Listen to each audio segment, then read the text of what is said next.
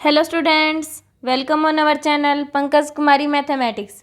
आज हम क्लास 9 का चैप्टर 5 करेंगे और प्रीवियस वीडियो में हमने 1 2 3 4 तक क्वेश्चन को सोल्व किया है। अब हम क्वेश्चन नंबर 5 से स्टार्ट करेंगे। क्वेश्चन नंबर 5 है हमारा, in question 4 point C is called the mid point of line segment A B. Prove that every line segment has one and only one mid point. अब जैसे देखो ये बोल रहा है कि क्वेश्चन नंबर 4 है, तो क्वेश्चन नंबर 4 में हमने क्या किया था, जो पॉइंट सी है हमने ये बताया था कि ये इसके बीच में लाई करता है, क्योंकि हमने वहाँ से क्या प्रूव किया था, जो ए सी है वो इक्वल टू है 1/2 ऑफ ए बी। ठीक है, देखो ऐसी कुछ फिगर बनाई थी हमने। यहाँ पे हमारा सी पॉइंट था, ये ए बी है। यहाँ से हमने क्या प्रूव किया था, जो ए सी है वो किसके इक्वल है, 1/2 ऑफ ए बी के। ठीक है, क्योंकि ये 1/2 है, 1/2 होती है तो ये क्या हो जाता है, मिड पॉइंट हो जाता है। अब यहाँ पे प्रूव करना है कि मिड पॉइंट तो है, क्वेश्चन नंबर 4 में हमने प्रूव कर लिया कि ये मिड पॉइंट है। अब हमें ये प्रूव करना है कि जो लाइन सेगमेंट होती है उसका ओनली वन मिड पॉइंट होता है। ठीक है, उसके लिए हमें इसमें कॉन्ट्राडिक्ट करेंगे। सबसे पहले हम ये मान लेंगे कि इसमें एक नहीं दो मिड पॉइंट है, और लास्ट में उसे आके नेगेटिव प्रूव करके उसे बताएंगे कि एक ही मिड पॉइंट होता है। तो यहाँ पे सबसे पहले देखो ऐसे बनाएंगे, ए बी हम मान लेंगे कि सी और डी के क्या है, मिड पॉइंट है। ए बी के सी और डी मिड पॉइंट मान लेंगे, बी है यहाँ पे, तो हमने मान लिया कि जो ए बी के हैं 2 मिड पॉइंट है। लेट करेंगे, let there be 2 mid points. हमने मान लिया कि इसके क्या है, 2 मिड पॉइंट्स हैं ऑफ ए बी, और क्या है वो mid point, C and D. C and D हमने मिड पॉइंट लेट कर लिए। इस प्रकार से आपने भी फिगर बनानी है। फिर हम लिखेंगे, पहले हम देखते हैं कि क्या सी मिड पॉइंट है, तो हम लिखेंगे C is mid point of A B. C is the mid point of A B, mid point of A B. तो यहाँ से हमें क्या मिल जाएगा, देखो अगर सी मिड पॉइंट है तो A C is equal to C B हो जाएगा, A C is equal to C B हो जाएगा। A C is equal to C B हमारा। अब हमें पता है जो ए सी हम दोनों साइड ऐड करेंगे, जैसे हमने क्वेश्चन नंबर 4 में किया था, ए सी प्लस ए सी हो जाएगा, ये सी बी प्लस ए सी हो जाएगा। ठीक है, हमें यहाँ पे लिखना भी है कि बोथ साइड हमने क्या ऐड किया है, एडिंग ए सी बोथ साइड हमने ए सी को ऐड कर लिया है, ए सी को, तो वी गेट। अब हमें ये पता है बी सी और जब ए सी ज्वाइन करेंगे तो कौन साइड हो जाएंगे, विद ए बी। तो हम यहाँ पे लिखेंगे लाइन हियर। आपको नोटबुक में जो आप ये जो नेक्स्ट स्टेप लिखते हैं आपको जरूर डिनोट करना है, B C plus A C coincides with A B, coincide कर जाएगा, ए बी के साथ, with A B. It is known that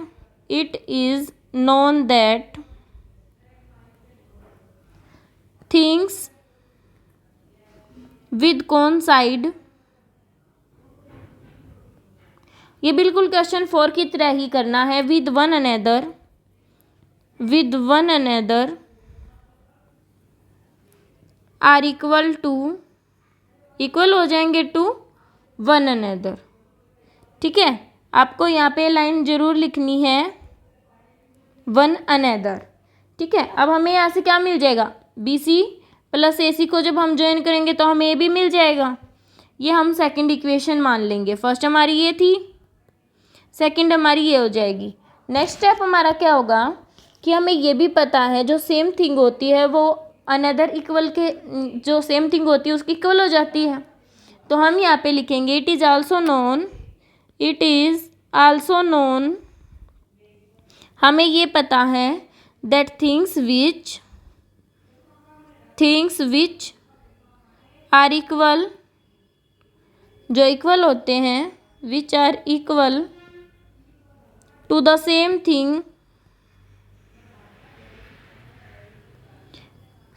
thing are equal to another, equal लिखेंगे are equal to one another. ठीक है, इसमें यही use करना है जैसे हमने क्वेश्चन नंबर 4 में किया था। तो देयरफॉर लिखेंगे from equation 1 and 2, therefore from equation 1 and 2 we get. तो हमें क्या मिला है, हमारा हो जाएगा अब इक्वेशन 1 और 2 से हमें क्या मिल जाएगा, A C plus A C is equal to A B, और 2ac is equal to A B, और यहाँ से ए सी क्या आ जाएगा 1/2, क्योंकि ये 2 साइड जाके डिवाइड में हो जाएगा। देखो हमें यहाँ से मिल गया ये हो गई हमारी 3। ये अब तक हमने बिल्कुल एज इट इज़ क्वेश्चन 4 की तरह ही किया है। अब करेंगे हम नेक्स्ट स्टेप, क्योंकि हमने यहाँ पे 2 को मानना है। तो एक तो हमने सी से प्रूव कर दिया कि इसका मिड पॉइंट है, अब हम डी को भी प्रूव करेंगे कि क्या वो मिड पॉइंट है या नहीं। ठीक है, अब यहाँ तक तो आपने कर लिया होगा, वैसे भी क्वेश्चन 4 में मैंने इसे बताया था। अब हम करते हैं next step. Similarly by taking D, similarly लिखेंगे हम यहाँ पे जैसे हमने सी को प्रूव किया है बाय टेकिंग डी, डी लेंगे अब हम as the mid point of, क्या है ये इसका mid point of A B. तो इसके लिए हमें क्या प्रूव करना होगा, it can be proved that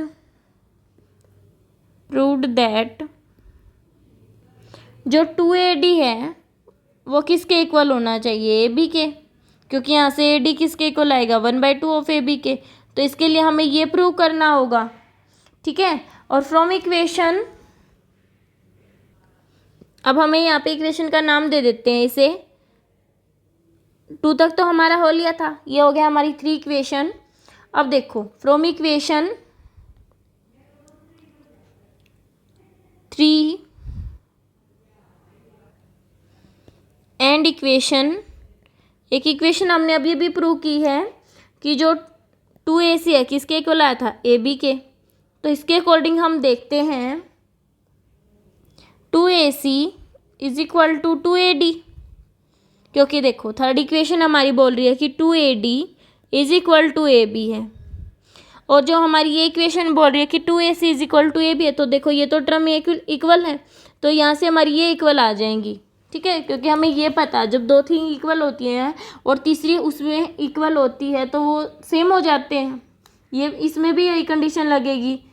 तो यहाँ से हमारा आ जाएगा AC is equal to AD, AC हमारा क्या आ जाएगा AD के इक्वल आ जाएगा। यहाँ पे AD है, देखो AD है ना, ये यहाँ पे AD है, तो 2AC इक्वल टू AD है, और तो AD से AD इक्वल आ जाएगा हमारा। अब हम यहाँ पे लिखेंगे these lines, these things which are double of the same thing are equal to the one another। हमें ये पता है, देखो अगर AC AB के इक्वल है और AD भी AB के इक्वल है तो हमारा AC और AD इक्वल हो जाएगा। देखो ये हमारी लेंथ है AB, ये है हमारी AC और ये है AD। ठीक है, अगर मैं कह देती हूँ कि ये AB जो है AC के इक्वल है और यही AB इसके भी इक्वल है, तो ये दोनों भी इक्वल हो जाएंगी। तो ऐसे ही हमने यहाँ पे ये माना है। अब हम यहाँ पे लिखेंगे, अब हमारा यहाँ से AC और AD इक्वल आ गया। अब देखो ये हमने लाइन सेगमेंट लिया था AB, और यहाँ पे C पॉइंट और यहाँ पे D। अब हमने बोल दिया कि जो AC है और AD दोनों इक्वल हैं, तो इसका मतलब जो C पॉइंट है या तो वो D है या फिर जो D है वो C है। ठीक है, क्योंकि ये एक ही पॉइंट को रिप्रेजेंट कर रहे हैं। देखो AC is equal to AD क्या आया है, तो अगर हम ऐसे मानेंगे कि ये C पॉइंट यहाँ पे D यहाँ पे AC AD के इक्वल, तो ऐसे तो नहीं हो सकता। ये तब होगा जब या तो C ही D है या फिर ये सेम वही है पॉइंट, तो सिंगल ही पॉइंट हो सकता है। तो यहाँ से हम लिखेंगे this is possible only when point C and D, जो पॉइंट C एंड D है हमारे C and D are representing single point. वो किसको डिनोट करे? एक सिंगल पॉइंट है, दोनों एक ही हैं, ए सिंगल पॉइंट। ठीक है। हैंस आवर अजम्पशन, जो हमने माना है, हमने तो 2 पॉइंट माने थे, इज रोंग, क्योंकि हमने माना था जो सी और डी है वो उसके मिड पॉइंट है। And there can be only one mid point of, एक मिड पॉइंट होगा ऑफ ए गिवन लाइन। एक गिवन लाइन का बस एक ही मिड पॉइंट होगा। ठीक है। ये देखो, आपको इस प्रकार से क्वेश्चन करना है। ठीक है। फर्स्ट पार्ट जो था इसका, जो मैंने पहले किया था, वो as it is question number 4 की तरह करके दिखाना है। सबसे पहले हमें ये प्रूव कर देंगे कि जो 2AC है वो AB के इक्वल है। 2AC AB के इक्वल आने के बाद हम यहाँ से प्रूव कर देंगे कि जो AC है वो AD के इक्वल आ गया हमारा, और फिर हम लिख देंगे कि नहीं, ये तो एक सिंगल ही पॉइंट आ गया, तो फिर हमारी एजम्पशन है वो रॉन्ग हो जाएगी। और जो सिंगल पॉइंट है, यही हमने प्रूव करना था कि जो मिड पॉइंट होता है वो ओनली एंड ओनली 1 होता है। ठीक है। क्वेश्चन नंबर 6 देखते हैं। फिगर दे रखी है हमें, ये फिगर है 5.10। If AC is equal to BD, जो AC है वो BD के इक्वल है, जो ये लेंथ है ये इस लेंथ के इक्वल है, तो प्रूव करना है क्या AB CD के इक्वल है, AB CD के इक्वल है, ये हमें प्रूव करना है। क्वेश्चन नंबर 6 है हमारा। अब हम यहाँ पे लिखेंगे आंसर 6। अब हमें प्रूव करना क्या, AB CD को इक्वल प्रूव करना है। तो सबसे पहले हम क्या करेंगे, फ्रॉम द फिगर, फिगर से हमें क्या दिया गया है, फ्रॉम द फिगर जो गिवन है सबसे पहले वो लिख लेते हैं।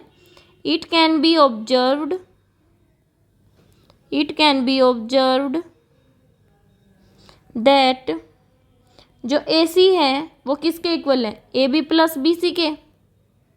देखो AB प्लस BC अगर हम करते हैं तो हमें AC मिल जाता है। ठीक है। और जो BD है, BD किसके इक्वल आ रहा है, देखो जो BD है BC plus CD, BC plus CD। आपको एक एक स्टेप को ध्यान से करना है। ठीक है। सबसे पहले हमने देख लिया AC किसके इक्वल है, AB प्लस BC के, और जो BD इक्वल है BC प्लस CD के। यहाँ से 2 टर्म आ गई हमारी। ठीक है। और हमें गिवन क्या है, गिवन है हमें कि जो AC है वो BD के इक्वल है, AC हमारा BD के इक्वल है। अब हमारी देखो AC is equal to BD है, ये हमें गिवन है। इसका मतलब जो ये दोनों टर्म हैं आपस में इक्वल हैं। अगर ये दोनों इक्वल हैं तो ये दोनों भी इक्वल हम पुट कर सकते हैं अकॉर्डिंग टू यूक्लिड एजम्पशन। तो यहाँ पे हम लिखेंगे, पहले हम यहाँ पे इनको इक्वल पुट कर लेंगे कि जो हमारा, देखो ये टर्म इक्वल है, यहाँ से हमें गिवन है, तो हमारा आ जाएगा AB plus BC is equal to BC plus CD। और यहाँ पे हमने रीजन भी लिखना है, ये हमारी इक्वेशन 1 हो जाएगी। रीजन लिखेंगे अकॉर्डिंग टू यूक्लिड अजम when equal are subtracted